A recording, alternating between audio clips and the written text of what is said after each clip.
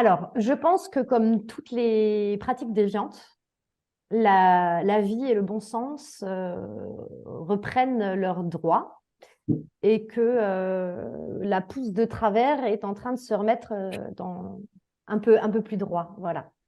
Ce que je veux dire par là, c'est que les directions d'entreprise qui, pleines de bonnes intentions, ont fait un crédit pour acheter des mini-golf en leasing ou des extracteurs de jus ou ces entreprises-là, encore une fois, pleines de bonnes intentions, ayant l'envie de prendre soin des gens et qui se sont trompés dans le choix des actions et des solutions mises en place, ces dirigeants, aujourd'hui, ils leur pètent au visage que ce n'est pas efficace.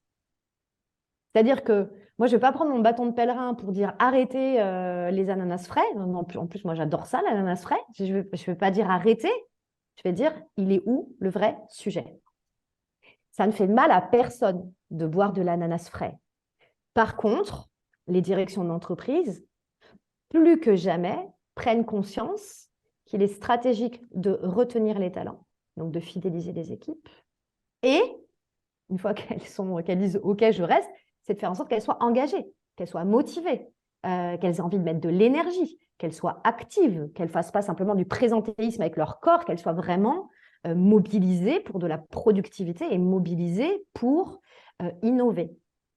Et donc, ces entreprises aujourd'hui, confrontées plus que jamais à des enjeux de fidélisation et d'engagement productif, plus que jamais confrontées à des enjeux de recrutement, doivent absolument faire en sorte que la qualité de la vie des travailleurs soit positive.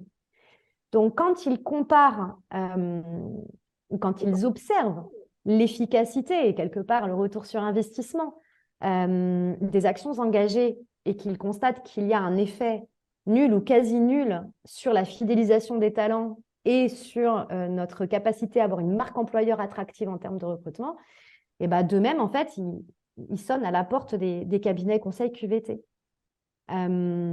Aujourd'hui, moi, ce que je vois, c'est que je ne vois que des entreprises et des décideurs, des dirigeants, des DRH, des CSE, qui veulent prendre soin de la qualité de la vie des travailleurs et des travailleuses. Mais je ne vois que, et je pèse mes mots, je ne vois que des décideurs, des dirigeants, des DRH et des CSE qui ne savent pas par quel bout prendre la chose. Ce n'est plus un problème aujourd'hui d'intention, de volonté de bien faire.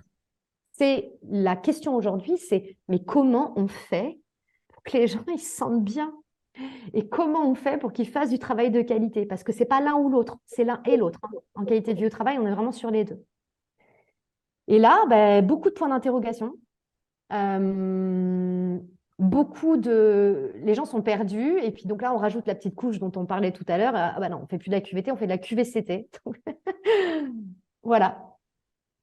Je pense qu'on est vraiment dans une situation, on est à un virage et selon moi un virage très très positif parce que justement on va enfin pouvoir remettre la chapelle au milieu du village. Je crois que c'est comme ça qu'on dit, le clocher. Enfin bon, vous m'avez compris.